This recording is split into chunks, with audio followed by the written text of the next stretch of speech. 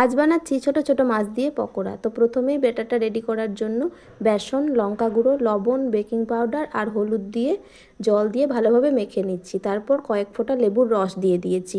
মাছের পকোড়াটা আমি কেমনভাবে বানাচ্ছি আপনারা স্টেপ বাই স্টেপ দেখুন, আশা করি আপনাদের ভালো লাগবে। তো মাছগুলোতেও একটু লেবুর রস দিয়ে ভালোভাবে মেখে নিয়েছি। এখন কড়াইতে তেল দিয়ে দিয়েছি, তেলটা মোটামুটি গরম হয়ে গেছে।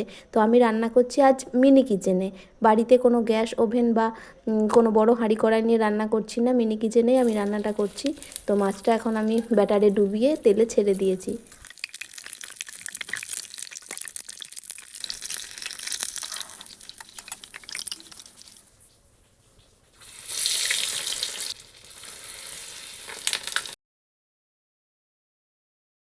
মাছের পকোড়াটা আমার রেডি হয়ে গেছে। লেবু আর ধনেপাতা দিয়ে সার্ভ করে দিয়েছি। ভিডিওটা ভালো লাগলে চ্যানেলটাকে সাবস্ক্রাইব করে দিও। বাই।